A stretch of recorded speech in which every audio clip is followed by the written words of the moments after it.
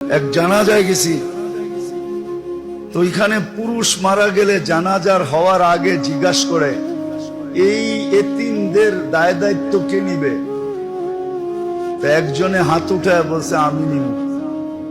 তো আমি ওরে চিনি, তো না জানাজার পরে বললাম যে তুই যে দায় দায়িত্ব নিলি এতিমদের, তুই তো নিজেই গরিব। হাসি দিয়া বলতেছে শোন, এক রুটি তো ডেলি জোগাড় করতে পারবো, এক রুটি সবাই ভাগ করে খাবো। আর আমারে বলতেছে তুই আলেম মুফতি হইলি কোত্থেকা, তোরে সার্টিফিকেট দিছে কে? আমি কেন কয় তুই হাদিস পড়স না, আনা ওয়া কফিলিল এতিমি কাহাতাইন, যে এতিমদের দায় দায়িত্ব নিবে আল্লাহর রাসূল বলছে আমি আর ও কিয়ামতের দিন এত কাছে থাকবো যেমন দুই আঙ্গুলের মধ্যে স্বাভাবিকভাবে দূরত্ব, এতটুক দূরত্বে থাকবো।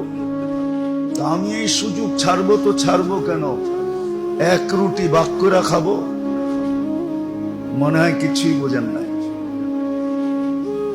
এটা হলো দিনদারির রং, দিনের রং, দিনের। আমাকে দেশে তো চিন্তা করব এ তিন কিছু আসেনি, দেখো এটা খাওয়া যায় কেমনে, ঠিক না?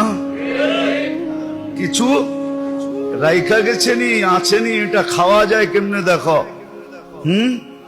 লাউয়ের আগাও খামু, ডোগাও খামু, পরে ডুগডুগি বানামো। আমাদের দেশে তো এটা চিন্তা করে। ও তো গরিব আফ্রিকা, আমারে তো মাতাল বানায় দিছে। আমি যখন ওরে জিজ্ঞাসা করে বেউকুফ হয়ে গেছি গা, যে বেটা তুই হাত উঠেলি কি জন্য?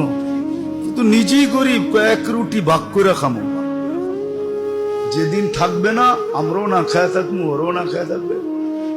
কিন্তু আমি এত বড় সুযোগ ছাড়বো কেন? আমাদের দেশে করে নাকি?